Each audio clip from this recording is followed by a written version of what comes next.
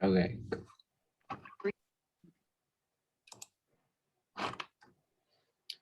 All right, welcome everybody. We're going to go ahead and get started. Anybody just coming in, you're all good. Everything about this is going to be recorded for posterity's sake. So if you need to leave partway through, you are all good. We just want to make sure that we have this for every member of the club. So without further ado, let's get started. We're really focused on just kind of learning the basics here, getting you to know what you don't know, kind of, because most of your gaming experience most of your knowledge will come from actually playing the game. So we just want to give kind of a brief overview. So let's get started. You want to introduce ourselves first? Yeah, let's do that. That's a good idea. Probably appropriate. Yeah. I'll go first. You can go. Okay. Hi, my name is Lewis. I am the treasurer or beholder of funds for Trojan Adventuring Party, and I'm a sophomore studying CS games. So. Nice. And I'm Scott. I'm vice president for Trojan Adventuring Party. I'm a sophomore studying narrative studies in Dornsife. All right. So we start with some basic announcements that we have for the club. Campaign signups are still open, although if you saw the @everyone message, they will be closing tonight. We are still looking for DMs, and currently we will have to implement some form of waiting list for campaigns if we don't get enough. We are currently at an excess of players, which, you know, that's always the issue. So if you have any interest in that, please sign up. So again, we're starting very basically, what is D&D? Who the fuck is Peter? Oops, my bad. You are all good. Dungeons and Dragons 5th edition, which is the most popular game, what we'll be covering mostly in this club. Collaborative storytelling game, mostly role play, but it has plenty of formal game elements. We get a lot of questions about whether it's possible to win or lose. No, mostly you win. It's more about telling a cohesive story with the other people in your group. It consists of individual sessions, which is what you would call like one sit down and play kind of thing, whether it's for a couple of hours or however long you play. And then all of those put together that you do with the same characters and the same DM in the same world, the same storyteller in the same world, that makes up the overall campaign, your overall game. And then also you'll hear us refer to official content and homebrew content sometimes. Official content is the stuff that you can buy, like from the company Wizards of the Coast that produces D&D. And homebrew, lots of people like to make their own games and their own stories and their own worlds. And so you'll see a lot of like homebrew games, and that just means somebody's being creative and coming up with their own stuff. Lewis, you want to take some basic D&D lingo? Yeah. Do you just want to like go back and forth, swap slides? Yeah, let's do it. Fantastic. So we have a very niche dialogue when it comes to tabletop RPGs. Probably the most basic and important ones are your DM and your PCs. Your DM is your dungeon master. They are the person that spends multiple extra hours making sure that when you play, you have a place to play in, a world that makes sense, a story to tell. Love your dungeon master. They do a lot of work for you. But yes, DM stands for dungeon master, and it's almost universally just described in those two letters. Other games have different names for them. I know some call them like keepers. GM is just like the universal term, but Dungeons and Dragons uses DM. Your PCs are just player characters. These are you. This is the character you'll be controlling that you make. You do with whatever you want with them. And NPCs are all the people you meet that the DM just makes up. So another very important piece of information is how dice are referred to. So in the game, there are 7 different types of dice you can roll. You have your D20, your D12, your D10. Well, technically two different types of D10, but that's not important. A D8, a D6, and a D4. It's just D and then, the number of sides on it. Usually there will be a number that comes before this. So like 4D6 means you're rolling 4 6-sided dice. Or when you get far into the game and damage gets really big, you'll see crap like 10D10 and it gets terrifying. But that's when it gets fun. Some numbers that will come up mainly in combat are going to be your AC and DC. So AC is your armor class. Everything has one, and it's just how hard is it to hit this thing and deal damage to it. And then the DC is something that you have to beat, either to successfully do something or make someone else do something. But the higher these numbers are, the more difficult they are to hit, and the more difficult the action is. We already covered this, but homebrew is just the term used to refer to stuff that players make up, what players put in their game and put out in the world, that Wizards of the Coast has literally nothing to do with. So there's a lot of fantastic homebrew. You can go just like look up D&D and you could literally sit on the internet for the rest of your life looking at it. But we don't suggest that, because then you would never get to play D&D. And then TTRPG, you've probably heard us say that at one point in here, I think, is just the general term for all tabletop role-playing games.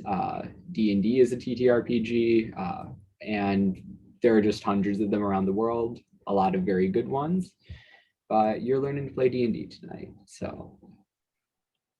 Yeah, so playing D&D, we're going to cover the basics of the rules and mechanics. Here's the general idea before we get into it. The idea is the DM describes a scenario, like you walk into a room. Players will say what they want to do. So say the DM says, there's a barrel in the room. Someone can say, I open the barrel. DM either says, no, that's impossible. This barrel is unopenable. Or yes, you can do that. Inside you find a bunch of apples. Or the barrel is sealed, try and break it open, and you roll a die for that. There's also 3 predominant pillars of D&D.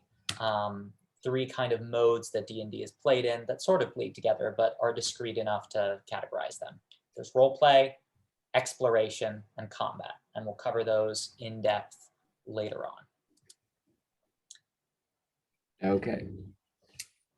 So obviously you have just like the overlying like basics of what you do, but there are some very specific things that kind of just make the game run, make it so you are doing something other than just saying words. You can do, like it says, really whatever you want, as long as the DM lets you do it.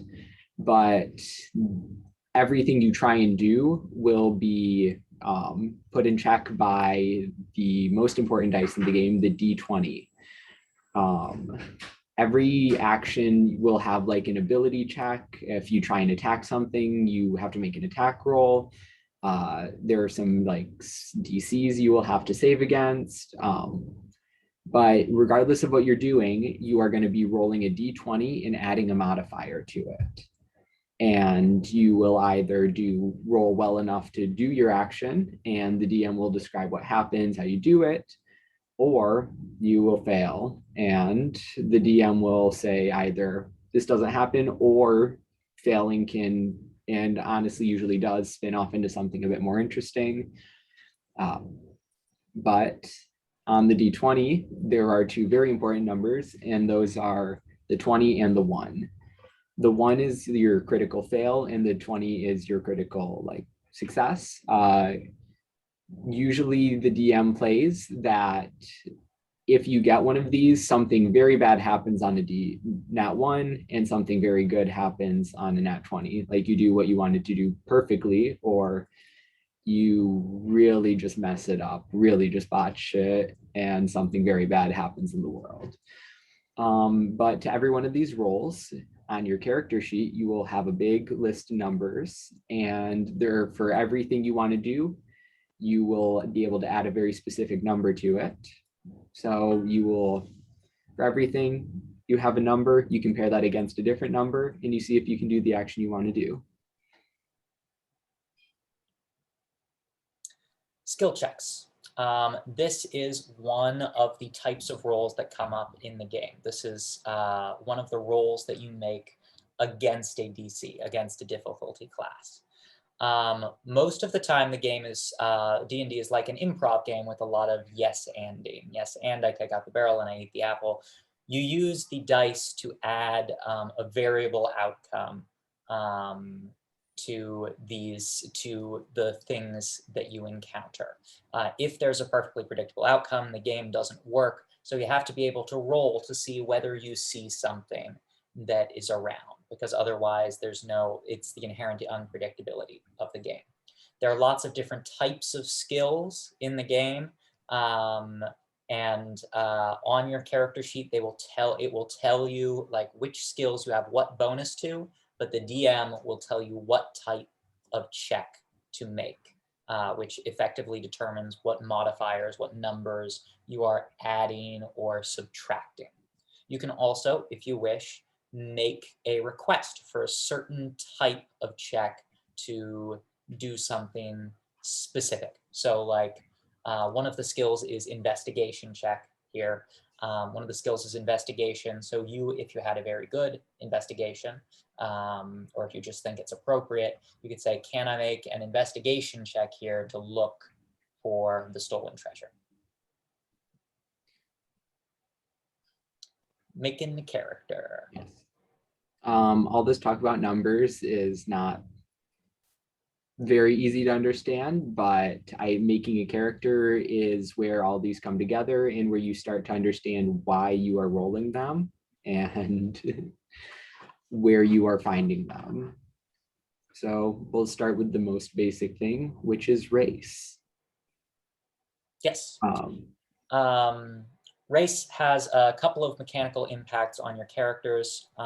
Some of it is impactful and some of it is not. Recently, it's worth disclaiming, there has been a fair amount of justified controversy about the way race is handled in D&D. So there's a little bit of a split in how the mechanics line up. But the idea is your race gives you certain benefits to certain abilities that you have and will modify what your scores are, what you're good at. Racial modifiers, we'll get back to why it's complicated, but sometimes you have them in set things, and then in other games, you do not. Racial abilities, you always have. Lots of races have fun little extra things that you can get that are just flavorful. Like halflings cannot roll nat ones because they're just naturally lucky. Some races have resistances to things. Others can see in the dark. There's also a more advanced option, custom lineage. There is a template for creating your own race that exists in D&D. If you want to play like a special custom dolphin person, but that doesn't exist in the game.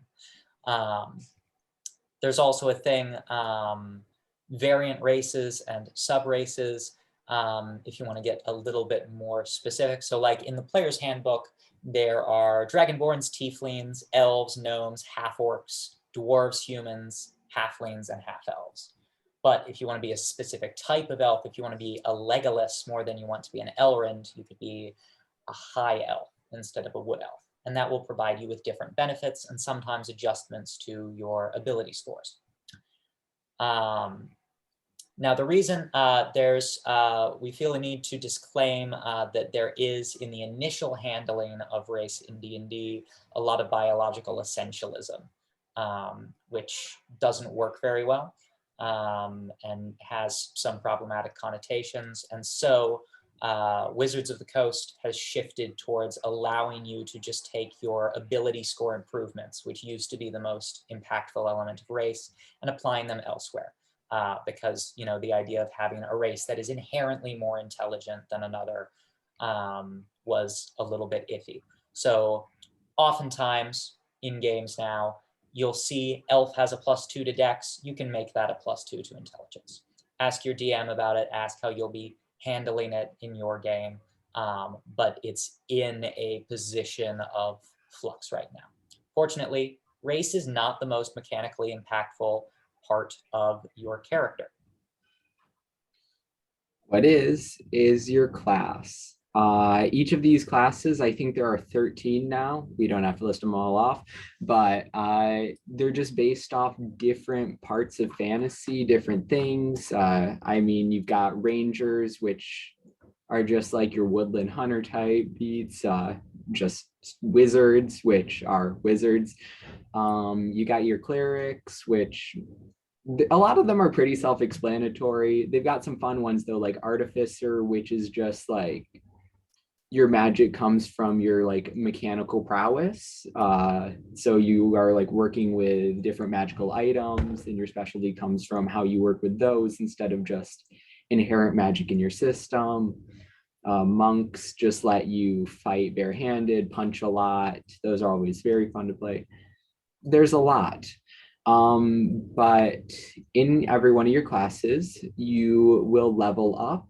And as you start at level 1, you have a couple abilities, and you level up and you get more and you get more, and your class becomes more in depth, more complicated, and the gameplay just becomes more interesting as you become stronger, functionally cooler, and more powerful in the world. Whenever you look at a class list in the book, a class in the book, or on a PDF, we'll provide you with those at the end.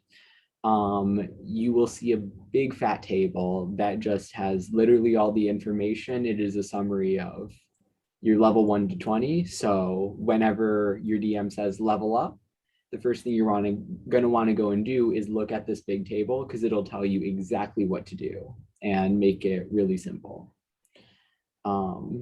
But yeah, classes are very fun. So if you're interested, I definitely suggest just going and exploring. It's the most fun part of creating a character. You can also see a relic from the wonderful Sharky creating this slide. Druid Supremacy with the little heart is at the bottom. Don't tell her, Druid is my least favorite class.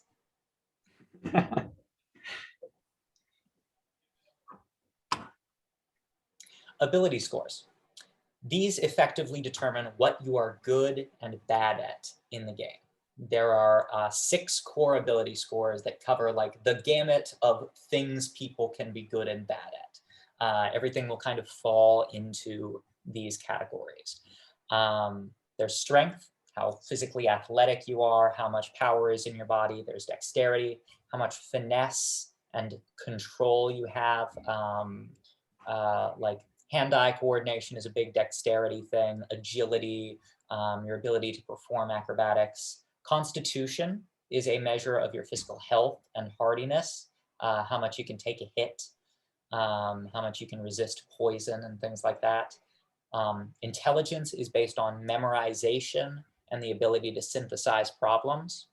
Wisdom is based more in practical common sense and survival skills, the ability to perceive the world accurately and respond in a wise manner. And charisma, charisma is the most different than its real world equivalent. It's not necessarily likability, it's ability to influence change in a social situation. So it's like strength of personality. Some spellcasters are based on charisma, which like they don't get their powers from being likable, they get their powers from being such a strong force as a person. The numbers that you get determine how good you are at it. There's an overall ability score and there's an overall ability modifier. This is a thing that is confusing to a lot of people because it's a relic from older editions, why we have ability scores when ability modifiers are what we use. The ability modifiers are what you add to the rolls. So if like somebody asks you to make an intelligence check, take with this example, you have a +3 intelligence, so you roll a 16, you got a 19. And you determine what your modifier is from your overall score, which can be increased, thus sometimes increasing your modifier, sometimes not. Again, it's from a past edition. It's just kind of like a history of the game thing that we all have to deal with now and makes lives more difficult. But generating ability scores are fun. Everybody has their own favorite method for generating ability scores for their character. Some people like to roll for it. Others like to take set numbers that are more balanced between each character so that every character is kind of equally good and bad at things, even if one person is like really good at one thing and one person is really bad at another, they are good by the same amount and they are bad by the same amount in two separate things. It's also worth noting that these scores are deeply, deeply tied to your class. Your class will have features that are based on these scores. You can't be a good wizard, someone who memorizes spells without a good intelligence modifier. Don't worry about figuring out where to assign which, because the classes will typically tell you, or will always tell you in the class resources that you have, what scores are important for it. Yeah, so there we go. Feats are a very fun rule, but they are something that you will, seeing as all of you are kind of starting, you probably won't get into them for a little while. But basically what they are is sometimes when you level up, you can take a feat. And this is just something that specializes your character a little bit more, lets you play a little bit better to how you want to play. They really range from everything. There are some that let you, one I guess called Inspiring Leader, which just like you get to tell these big like supportive speeches to your party and they all gain benefits because of it. There's one called Alert, which basically means like you always know what's going on. You can never really be surprised. Dual Wielder is on the screen. Lets you get really good at two-weapon fighting, but there's really just a massive range of them and you can explore them for a really long time, but not the most important at the start. When you get more comfortable with the game, definitely worth looking into because they make it so much more fun. A fun extra dimension, but non-essential. Yes. Also, if you've ever heard the term rules lawyer, I am a graduate of rules law school. Dual wielder does not increase your strength or dexterity, and it's been bugging me since we made this slide. It just doesn't do it. We have the feet wrong on the thing. It's like an image taken from elsewhere too, so someone else got it wrong. Anyway. Backgrounds and proficiencies. Proficiency is a term in D&D. Your proficiency bonus is extremely important because D&D loves giving you random numbers to add to some rolls. Your proficiency bonus effectively represents you being good at something beyond your natural abilities.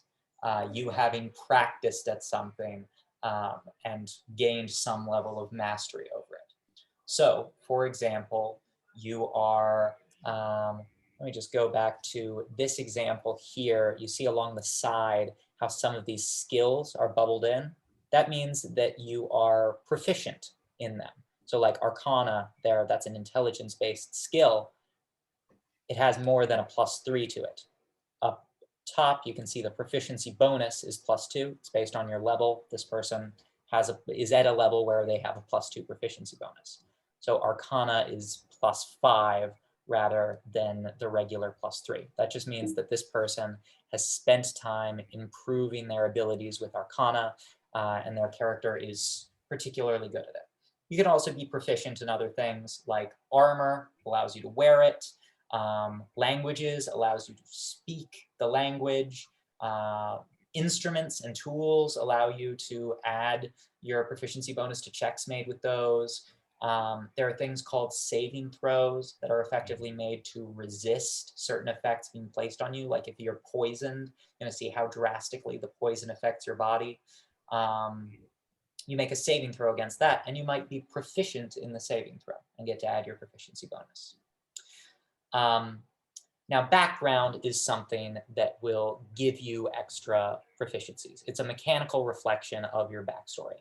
There are preset backgrounds that will give you 2 set skills and 2 set other proficiencies, while also suggesting certain personality traits as like a starting out point for role play. Like a soldier might be naturally suspicious of everyone that they come across, or a merchant might be a particularly winning salesman, that kind of thing.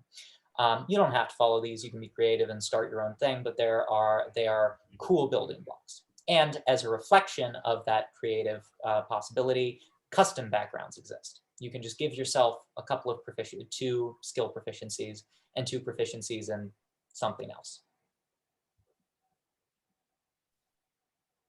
I can really just take all this because there's one other slide. Yeah. But yeah, so you've made your character. You now actually get to start playing the game. And one of the most important parts of this, easily the most fun in my opinion, is the role play aspect. Just doing everything that's not combat. So you can just jump to the next slide. So there are lots of different types of interactions you can have around the world, whatever world you're playing in. A lot of these will kind of flow into each other. You like social scenes are just your DM will describe, maybe you're in a marketplace and they describe some shady character just sulking around the edges. So you could go talk to them, try and convince them to tell you what they're doing, see if you can figure out anything, but yeah, that's something. Or in that same marketplace, you could go shopping with all the gold, magic items, treasure you've earned to get more fun things like fancy weapons, better armor, different magic items. But yeah, there's also exploration. You're literally in a whole new world that your DM is just going to be making up as they go if you get too off track. But if you want to go look in the forest, see what you find there, you can. If there is a dungeon that the GM introduces, you're going to be exploring there. If you can really do whatever you want, but really all of these things are going to involve checks, very important checks. So let's say you wanted to convince that shady person in the marketplace, you would probably need to roll persuasion or intimidation to convince them to talk to you. Let's say that merchant who has a really cool sword is just kind of being mean and won't give you a good price for it. Maybe you're going to convince them to lower it with some rolls. Maybe you want to try and find a fancy gemstone in a cave. You can roll to investigate for exploration. But yeah, there's also another just kind of outside aspect to it that will pop up every once in a while. And that's puzzles. Everyone loves a good puzzle. I hate a good puzzle. I love puzzles. These will usually appear in the form of riddles that everyone slowly learns as they play D&D. Visual puzzles, word ciphers, those can get real weird. Or it's just kind of like, and these are always the best, the DM just gives a scenario and they don't really know how it's going to go. And then the players just make up a way to get through it. Those are usually the best puzzles. But then lastly, you got the story.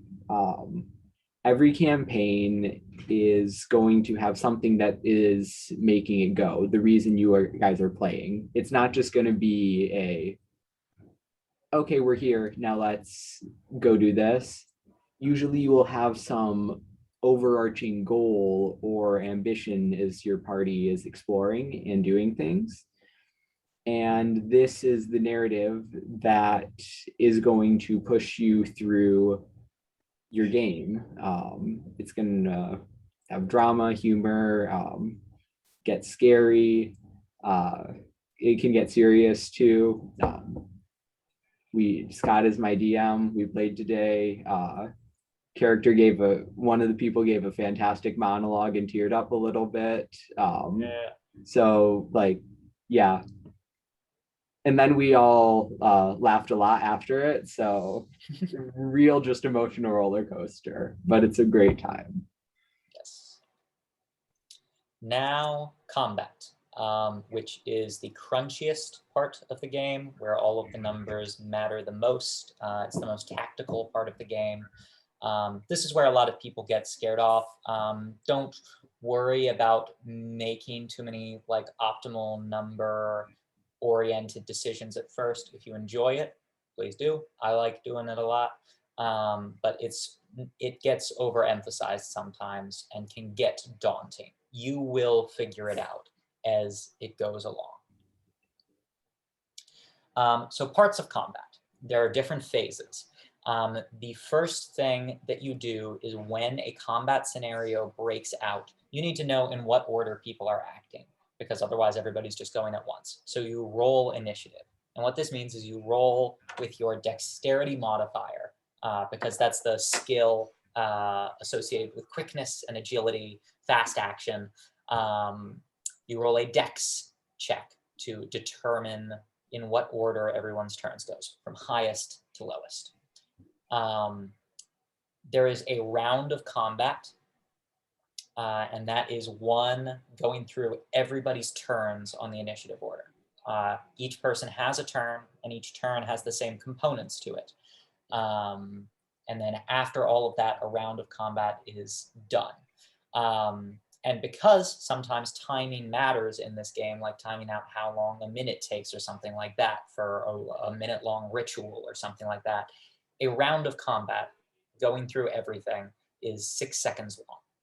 So it's a very like slowed down process for us, sped up process for the characters. It's very fast and gripping and exciting for the characters. And then combat ends one of two ways. There's no official like combat is over thing until a DM says, okay, and we're out of initiative. We're no longer in the initiative. But effectively it ends when a piece is reached.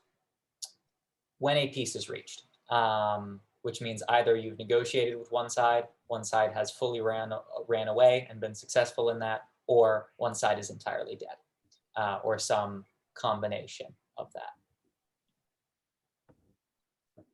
So on your turn, you are going to have 3 things you can do as long as you aren't like under any effects of magical spells. But most of them, most of your turns you will do these 3 things. Your action is the most important part. It is going to be used to make attacks, cast spells, use special abilities that come with your class. Sometimes you'll be like, hey DM, can I do this? And it's just not really any of those things, and you do something oddly specific in that to change the combat. But all that will usually be your action. There are also some other things you can do that are not used as much, but it's helpful to know they exist. You can dash, which means you can do your movement twice. Disengage, which means you can run away without getting hit. You can dodge, which just harder for your enemies to hit you on their turns. You can help someone out, which just means you help them out. They can do a little bit better on their turn. You can ready an action, which means you just do it later in the initiative. You can search, which is you search. And then you can use an object, which is, yeah, self-explanatory. But again, unnecessary to remember those. Really, dash is probably dash and disengage are the only ones you like need to acknowledge because they will sometimes be helpful. Your bonus action is an action, it's action light. You will have a list of things you can usually do, and they will just be little extra things you can do at the end of the turn. Like maybe you have some spells, like if you play the healer in the group, you can just like shoot out a little bit of healing at the end of your turn. Some classes let you like hide or dash again or disengage. They're just bonuses. They help you do a little bit more on each of your turns. And then lastly, oh, did someone have a question? I heard a microphone go off. Anyways, and then your movement is just moving across the board. Usually there will be some form of just like map or visualization of the combat, and you will have a certain amount of movement to move around that, get where you want. Usually it ends up being 30 feet of movement, but different classes and races will benefit that and like grow that and shrink that. So it's always important to know. But yeah, these can be done in any order as well. There's no requirement to move last or do your action first. So you can get real creative with it. Conditions. Conditions, we're not gonna go through all of them. This is mostly so that you can watch the recording later and look at this if you're confused. We're going to give a lot of resources later that can help out with this. Conditions are effectively things that can happen to you in combat. So you can be frightened in combat by like a banshee's wail or something like that. And so there will be some debuff to you. You will be worse at doing things because you are frightened.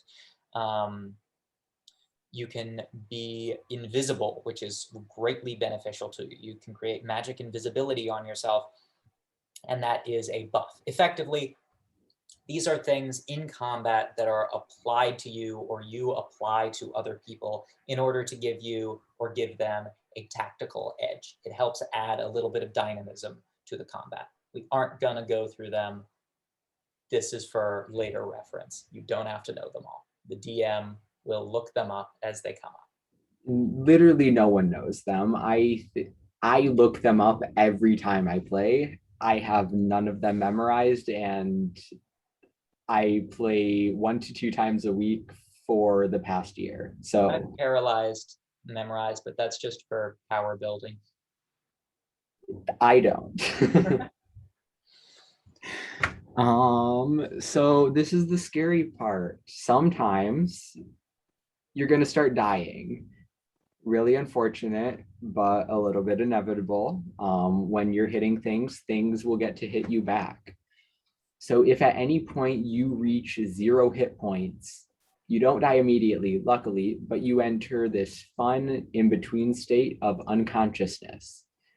And while you are in this state and not healed, on your turn, instead of doing that action bonus action movement, you will do one simple action, and that is roll a d20.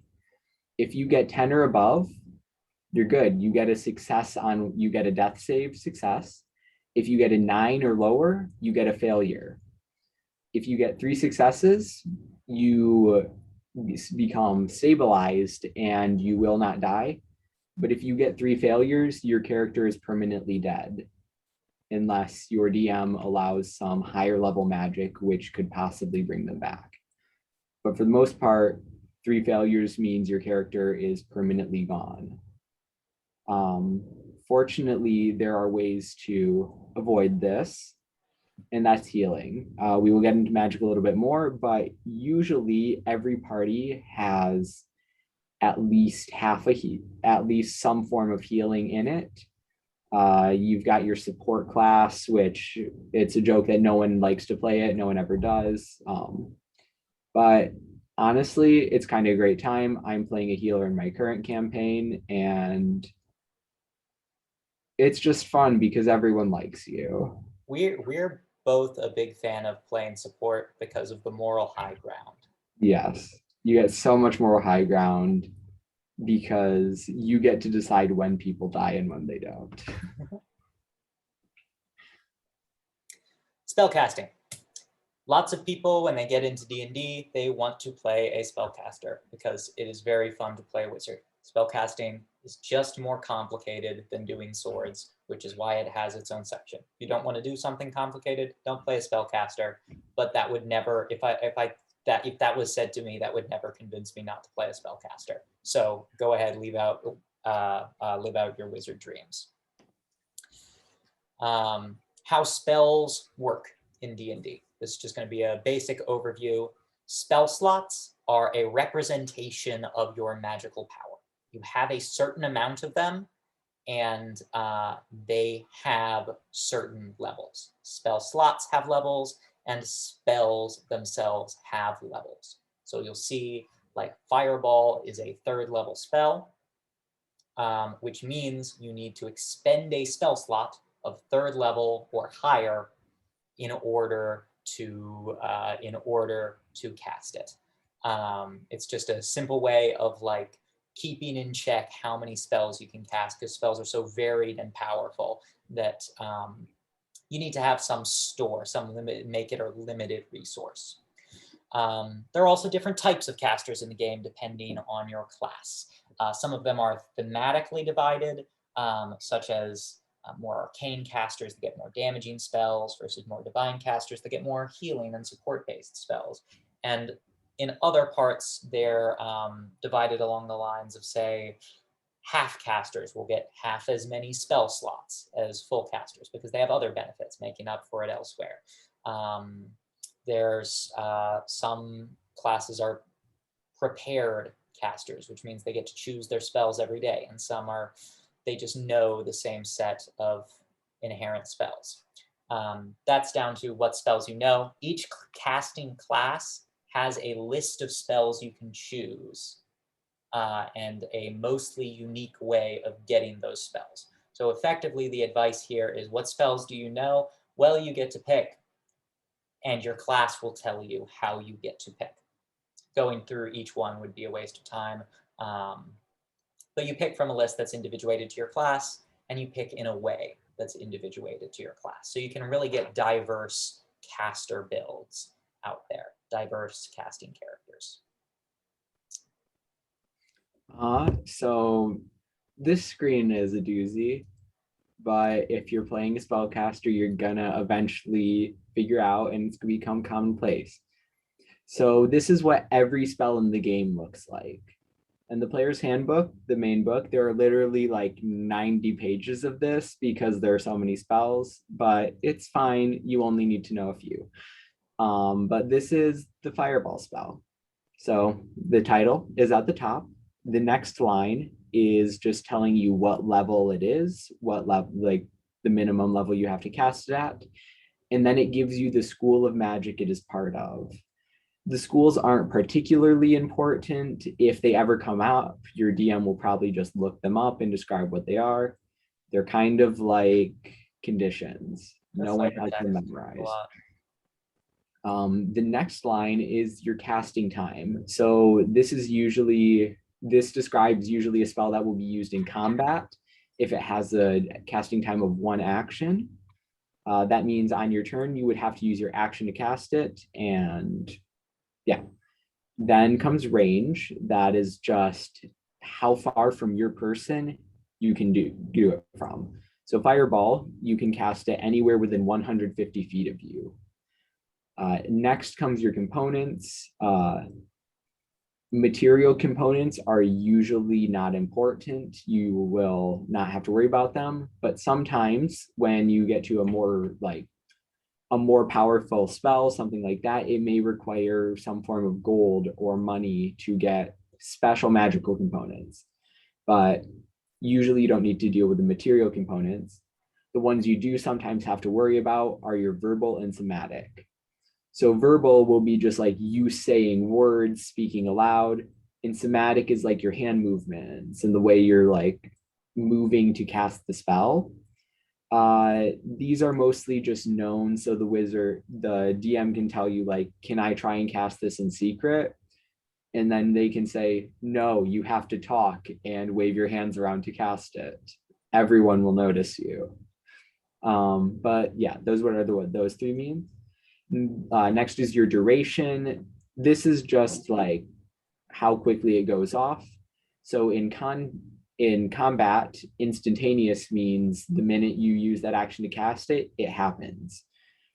There will be different durations that have like 1 minute, which means it's just continuously for that minute through combat. Some are like 8 hours, 24 hours, an hour. It really just ranges anywhere from instantaneous to basically forever. But yeah, that's always important to know because you will be sorely mistaken when you cast a spell and like think this is going to last for a long time. And then the DM's like, it's gone. So yeah, always check that. The next is really just not particularly important, but it can be helpful. It's the classes the spell belongs to. Usually when you get spells, you will look at a list of spells your class has access to. So this is just here for the sake of knowing. But so Fireball can only be cast by sorcerers and wizards. Next comes the big chunk of text that just explains what the spell does and gives you some flavor for it. So Fireball is really just like it is the D&D spell. Like basically if you don't have Fireball and you can have Fireball, everyone's like, what are you doing? Why don't you have Fireball? Real just fantastic classic, but it gives you that first sentence, which is just kind of flavor. And then it gives you all the important shit.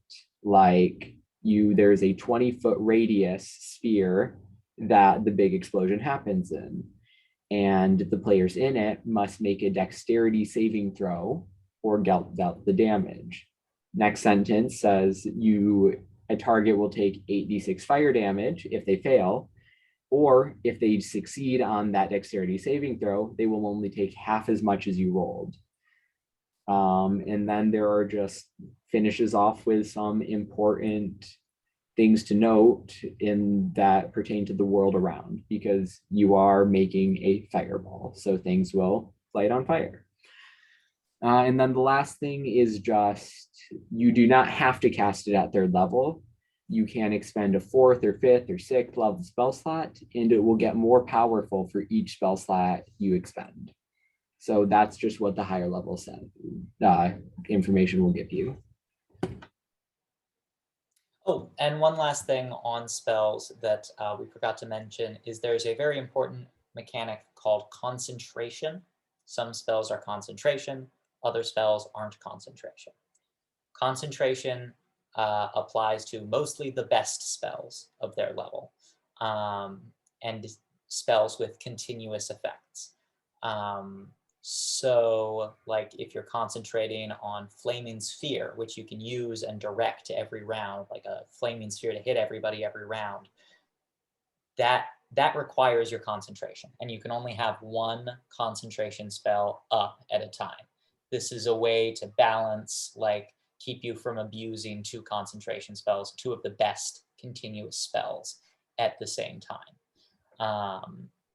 Your concentration can be broken by taking damage. You have to roll a save against it when that happens. Don't worry about the specifics of it. It'll come up, but you can only do 1 concentration spell at a time. And your DM will let you know, and they will keep track of this for you if you are very new. They will not expect you to know everything. Yeah. So do not worry. If you are interested in playing a spellcaster, your DM will make it possible. Other things and resources. First off, you will never know it all. There are way too many rules in this game. Just look it up at the table. That's the takeaway. Look it up at the table. If it doesn't say on your character sheet, probably nobody knows. This, don't try and read this. There are 2 rules on this that are important. The rest is for posterity. The first rule that's important, the more specific rule supersedes the general rule in D&D. There are lots of rules that conflict with each other. For example, you can only attack once as an action, but you'll see on a lot of classes, they have the specific ability extra attack, where you can attack twice when you take the attack action. That is a more specific rule than the general rule. So it's the one that applies. For those specific classes, you can attack twice. The other thing that's important is when you have numbers, like that fireball said, like 8d6, half if you succeed on the save, you always round down, because you'll get odd numbers sometimes. You always round down in D&D, no matter what number you are doing. The rest of these are very specific. We're not going to read them.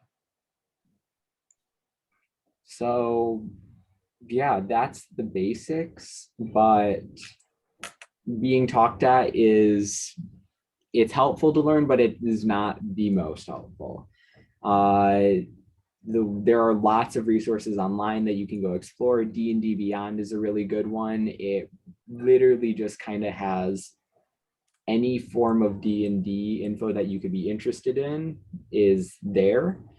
If you just if you've really had like no experience with it, I really suggest watching an actual play show like Critical Role or Dimension 20, or listening to a podcast. There are lots of very good D&D podcasts. I know Dungeons and Daddies is one that people really like. There's the Adventure Zone.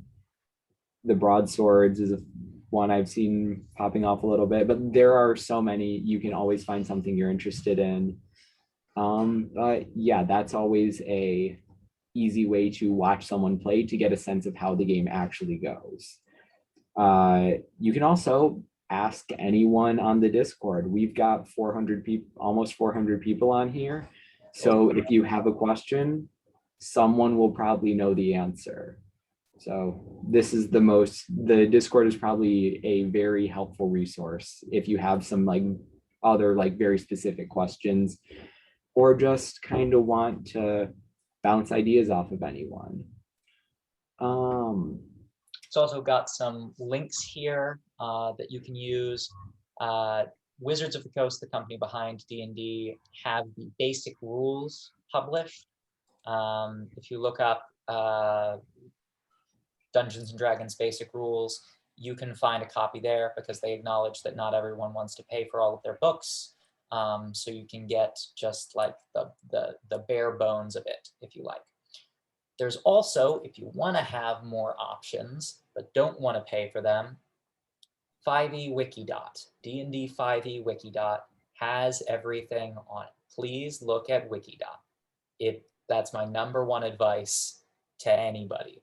Just scroll through Wikidot and find something cool and play it. It has everything. It's free. It's all of the content that you would pay for. It's all of the D&D content. Organized in a nice way. 5e Wikidot is probably the website I visit most. It's not only, it doesn't have to be bookmarked, because it's the first thing that shows up on my like Google suggested page. There's also a fun site here, rpgbot.net. If you're worried about making a character effective, but you don't know how, they have some nice tips. They just kind of rank things in a very intuitive way, and let you know like how good a certain option is if you're worried about that.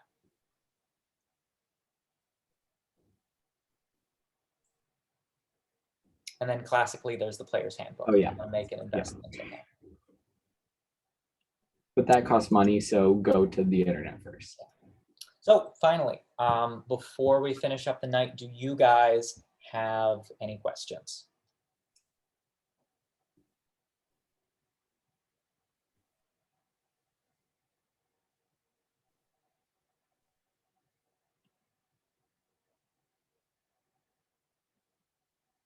Yeah, that's where it is. Are there any big overarching ones that we could answer for you?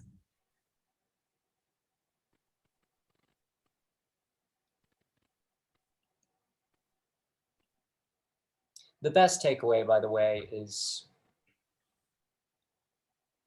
that's a very good one, actually. Yeah. Do you want to take that, Scott? Sure. If you have a very mean DM that you should not be playing with, yeah, sure, you can be out of the game when you die. Most of the time what'll happen is if there's no resurrection available, like magic is sometimes available to resurrect you, you will make a new character and you will just continue in the campaign. Generally, good rule of thumb is as a DM, you should give a heads up how deadly, a DM should give a heads up how deadly they're expecting the campaign to be. I've been in a campaign where I went for like 11 months, same character. It was an 11-month campaign, same character the entire time.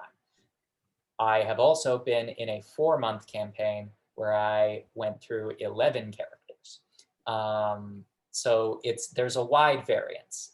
It'll be communicated to you, but traditionally you just make a new character. Most of the time, like, death is you'd think it'd be easy to die in this game, but it's easy to go unconscious. Yeah. It's not that easy to die. The thing is, DMs don't want to kill you, especially if they like your character. So when you've got a human, like when you are just still two people staring at each other, it's very unlikely the DM's gonna be like, you're on the ground. Let me hit you one more time and make sure you stay there. So if you like your character and your DM knows that, they will not kill you. But also on the flip side, if you are kind of like looking to like explore something else, kind of bored of your character, your DM will probably be able to tell that, and they can give you the sweet release of death. Yeah, DMs talk to the players before you implement this, but it's obviously yes. Obviously, just don't please don't kill your characters for fun. They won't like you. Yeah, but big takeaway should be you'll learn the most from playing the game. You'll learn the most from making a character, and then you'll learn the second most from playing the game. I would advise go on D&D Beyond. You can make 6 free characters.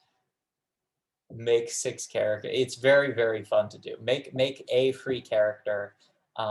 Figure out what things mean that way. You can read through the options. Just make your fun, like, dream fantasy character that you want to play. And that'll teach you a lot about the game. The second most, just play. Nobody knows all the rules. There are too many.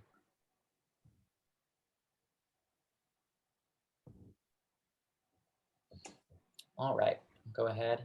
Any last questions, or are y'all, did we just do such a great job, or such a great job that you don't have any, or such a bad job that you can't ask any because you don't think you'll get something helpful?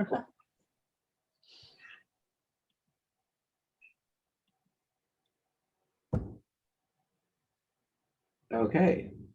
Perfect. Yeah, well, we are very glad you showed up. Oh, I think we will. We're planning on it. Yeah. Yes. We don't have a date. Yeah, there's also just like your DM, it is generally expected that they will help you create your characters if it is your first time. Like, you will not just have to show up to a session with something fully created if you don't know what you're doing. There will be help along the way, whether it is a like class from us like this, or it is your DM who you're just kind of talking to. But yeah, once you get like, sorry, what were you gonna say, Scott? Most people who are willing to DM are enormous nerds and are very excited to help you make a character. Like, I'm Scott's player, as we've established. Like, there are probably like hundreds of Discord messages back and forth about my current character, because like even when you like figure out how the game works, you get character creation becomes even more fun because you start putting story first for your character, and then you're like, oh, I guess I can make these numbers do what I want. So yes, but just make a character, learn the numbers, and then it gets really fun from there.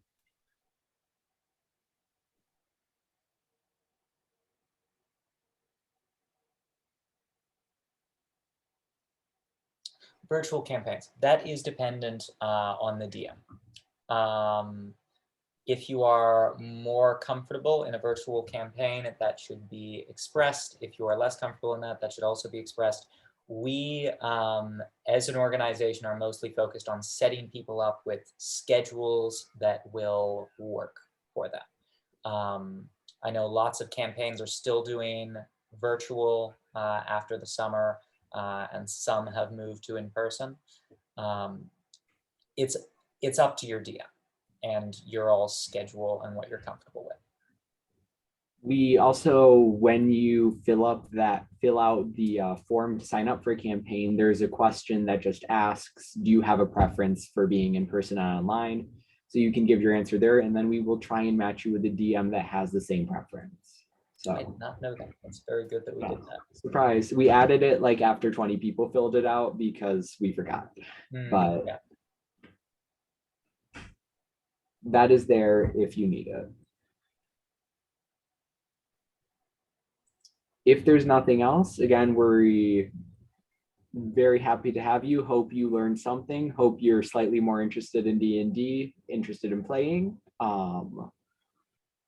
But yeah, campaign, do sign up tonight if you are interested. We have so many people signing up that there is a hard deadline at like midnight. So if you're interested, please go do it. Right, please go do it right now.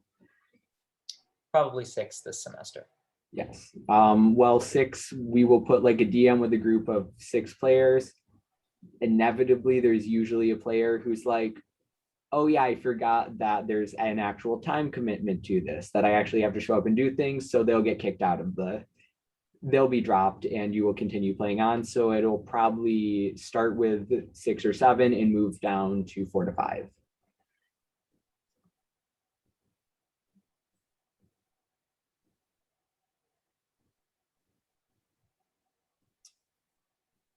Any last questions? We can answer literally anything you want.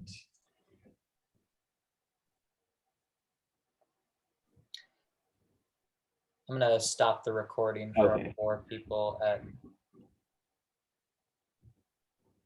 you're available for certain. Okay, for recording people, hope you've enjoyed, hope you've learned something. Have a good night.